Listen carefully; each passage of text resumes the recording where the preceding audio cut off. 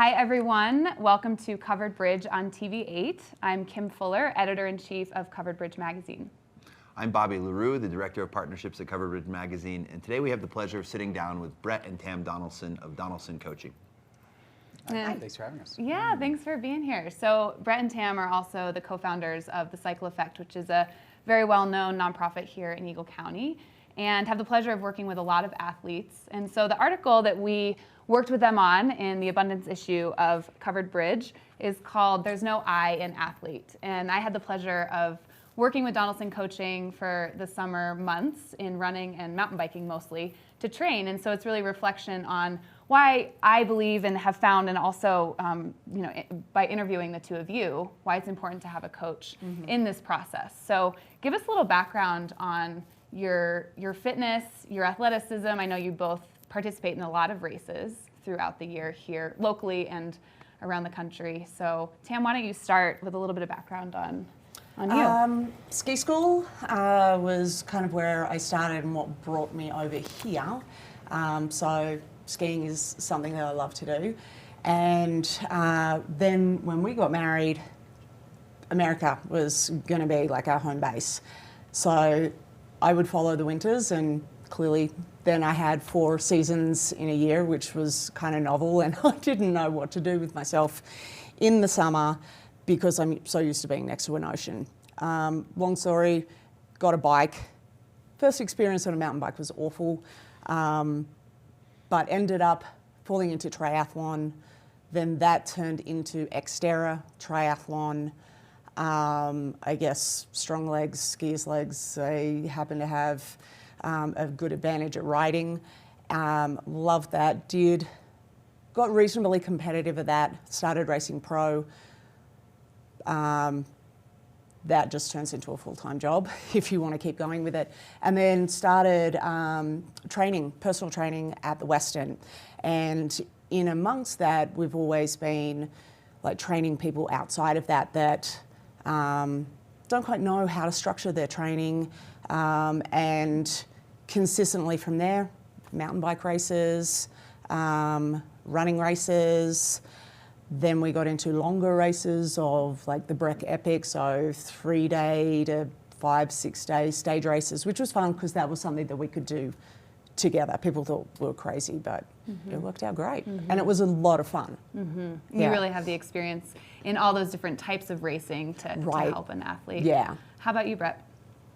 I mean, I was a college athlete, but I call myself a mediocre athlete. So when Tam got into triathlon and stuff like that, I wanted to ride bikes as well. So I really kind of took a back seat for a few years as she was doing that, which was awesome because she got to really develop into that athlete, and now we have life partners that like to do these things all the time. So when I turned 40, I basically decided I wanted to be able to do these events for the next 20, 30 years if I choose. And so it's really, I've kind of restructured how I view athletics. I didn't really enjoy it in my 30s very much. There's a pressure, and I thought I should be able to do X, Y, Z. And now it's just like, I get to be out there. It's super fun. It's hard. It's challenging. But so now I spend time riding and running in the VRD series. I mean, that's like, it's a great series. I love how they put on their events. It's super casual. It's easy. Like, I don't know why more people don't do it. It's here. It's a great challenge. And then now that they've got winter, skimo races and stuff like that, I do those. I don't have anything huge on my schedule, but besides those right now. But I'm sure we'll find another 5 or 10 races to do this summer outside of that series. So yeah. Yeah, so there's no I in athlete, there's no I in team. I love the title of all of that. But when it comes to coaching, when or why would someone necessarily get a coach? Sure. Because I question that myself as being an athlete, and then watching her go through it. What's the start, and then what can one expect, I guess? Yeah, I think for me it all boils down to you hire a coach so you don't make emotional choices. Whether you're feeling great and you keep going and going and going and you overload your system too much, or you're feeling awful and you decide, I'm not going to work out today, when really that was just a mental block and you could be out there doing stuff. So for many athletes, especially in this valley, we're pulling them back on the effort they put in. They think they need to be a world champion, or their next door neighbor was an ex-world champion and they try to train like them. It's like, that's not how you should do it. So we manage people's time and we manage people's emotions around their training a lot. And then, of course, there's skill development, there's race strategy, there's all these other things, but you can read about that in books a lot of the time, but a lot of it is, for me, just managing the person so that they are set up to do the things they want to do, whether that's a 5K, whether that's a 100-mile run, bike races, whatever. Yeah, so essentially removing some of those roadblocks of like, I'm too tired, or like you said, I need to put in another 10 miles today. Yes. No. This valley generally goes too hard. And our mountain towns, right? I mean, we're all like super enthusiastic about it. We generally go too hard for too much time, you know, of the time you have allotted to training. So many fun things to do. Yeah. Yeah. Well, and I'm sure you've worked with, and I know you have worked with a range of athletes. I mean, with the Cycle Effect, you're working with young teenage girls on mountain bikes, and then all the way up to, I don't know how old your oldest client is, but they all have different goals and different skills. So Tam, how do you balance that when you work with an individual athlete, and you might be doing one thing with one and another thing with another, and so how do you create a plan specifically? And I think individual is where the coach comes in, because someone who's 21, I mean, they can do a lot of volume and a lot of intensity. As I age myself, I notice the difference at 40, late 40s. I can't put in the same intensity, so it's kind of balancing when those are, making sure that the athlete that you have, depending on whatever age they're at, that you're balancing recovery, because it's the more you are good about your recovery, the more sessions you can actually fit in. And whether you've got a mother who is like, hey, I got 45 minutes, and that's it. So how do we make the most of that? And then somebody else who maybe has a little bit more relaxed schedule. So you can always find like a PDF or something to follow in a book or on paper, but I think customizing it to your life. I was actually just talking with an athlete the other day, and they love ticking the boxes. And every now and then there has to be a little bit of coach-athlete communication, even on those days, that if you're not feeling that great, reach out and be like, okay, maybe we need to tweak this. It sounds like you might be starting to get sick and we need to back things off a little bit. I think that's important, because a lot of the time you just ignore, think I should, do all of this. Yeah, the quote from the article, There's No I in Athlete, in this current issue that Tam provided reads, "It's hard to look at ourselves objectively. A coach can customize a training plan that fits your work, family, and social schedules. A coach accelerates your progress by helping you make the best use of your time. We're here for a good time, not a long time. Let's work on things that are going to make the most gains." Yeah. Love that. And I would add one more thing. I think that having one pretty good plan is much better than having 4 excellent plans. Because 4 excellent plans, people are picking what they want to do and they're skipping the things they don't want to do. And so I don't think you need to hire the most accomplished, world-renowned coach in the entire world. You need to hire somebody that you resonate with, that kind of understands your sport that you want to get into and stuff like that. But really, you need to commit to that person for maybe 6 months or something like that. Like if somebody comes to me and says, "Brett, I want you to write me a plan for a month," I'm like, I have no desire to do that, because I know that it doesn't really move the needle very much. And so I think hiring one person or finding a book and saying like, this is the book I'm going to commit to and stuff like that, that's better than 4 excellent plans, because people just, we're so unfocused, and we see something on Instagram, we're like, oh, I'm going to go do that too.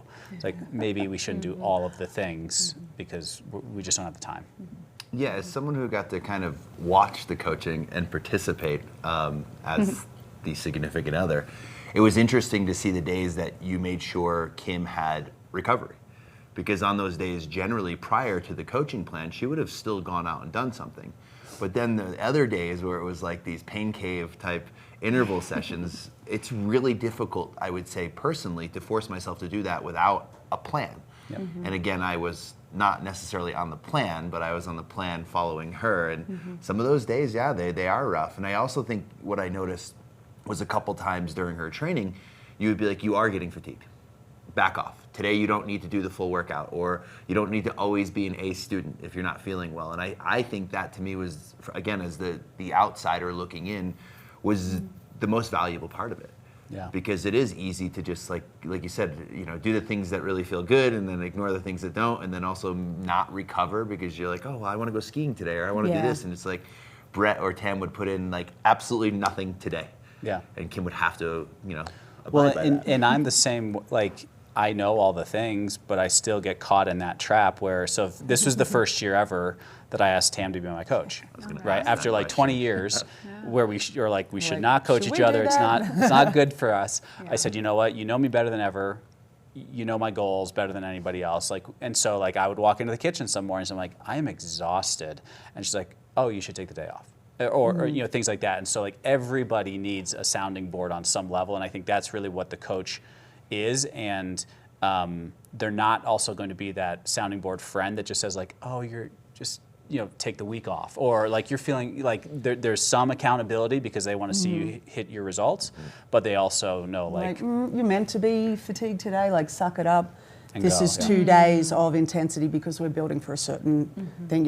You're meant to not feel great today, but that's the point of this training. So, to his point, it's really hard to be objective, and it takes the decision-making process out of it, and it takes the pressure off the individual of I don't have to decide what to do today. That you just wake up, you look at your plan, and go. So that can free up an enormous amount of time, but also mental space for somebody. They can just be at ease, not be thinking am I doing the right thing? I'm not sure. Somebody else is taking care of that. Yep. Go ahead. No, I just love the fact that you brought up, because I was going to ask that question, coaches get coaches, right? Absolutely. And I think Totally. not just you guys, I've heard it from fitness instructors in town that have their own coaches, right? And we look up to you as a coach, but it's pretty awesome that you take your own prescribed medicine. For sure. And I think that's with business, that's with anything. With the Cycle Effect, I have, 10 to 20 mentors. I am calling them all the time, being hey, I don't know what to do here. What should I do? And stuff like that. So I think that everybody should have a coach or a mentor in their major walks of life, whether it's relationships or work or whatever. So I'm a firm believer, and I am not the smartest guy in the room, and I need to ask a lot of questions. Yeah. So I like that. I was about to say there's no I in life, but there is an I in life. So, I'm glad, as an editor of a magazine, you are able to Figure figure that this out. out. Yes. Yeah. So let's talk briefly about the Cycle Sure. Effect. I mean, this was the 10-year anniversary Yep. of the nonprofit. Which does that feel like it's gone really quickly, or is it? I'm just Depends 10 on years is the day. impressive. Yeah. Right. I mean, I think that so the Cycle Effect, real quick, is high school, middle school girls in 4 different counties: Mesa County, Routt County, Eagle, and Summit. And we help them ride and race mountain bikes and go to college. Is the real short elevator pitch. We focus on working with BIPOC communities, which here is mostly the Latina community. And we provide everything they could possibly need. It's a year-round program. It's amazing. And going back to the 10 years, I can honestly say we love what we do. Is it super challenging sometimes? Of course, like anything that's worth doing. But we love the relationships we've built. We love the community that we've built, and our staff and things like that. And so, Tam and I started it 10 years ago, and we're still going strong. So we're looking at potential new growth in the coming year to 2, and we're redefining things. We're always evolving how we do things, because we know that what worked 4 years ago doesn't work now. So we're always growing. Awesome. Well, it's been a pleasure, number one, learning from you guys, from the coaching aspect. It's been a pleasure watching the Cycle Effect grow and having you guys in our community, and we really appreciate everything that you bring to this lovely valley, and now many other valleys in the state of Colorado. So thank you guys so much for being here. Yeah. And we'll let you guys know how you can reach out to Brett and Tam if you're interested in training with them, or have people that might be interested in the Cycle Effect programming. Awesome. Yeah, Thank you for having us. Yeah, thanks for being here. Definitely check out Donelson Coaching and the Cycle Effect. And thank you for watching Covered Bridge on TV8. Enjoy the journey.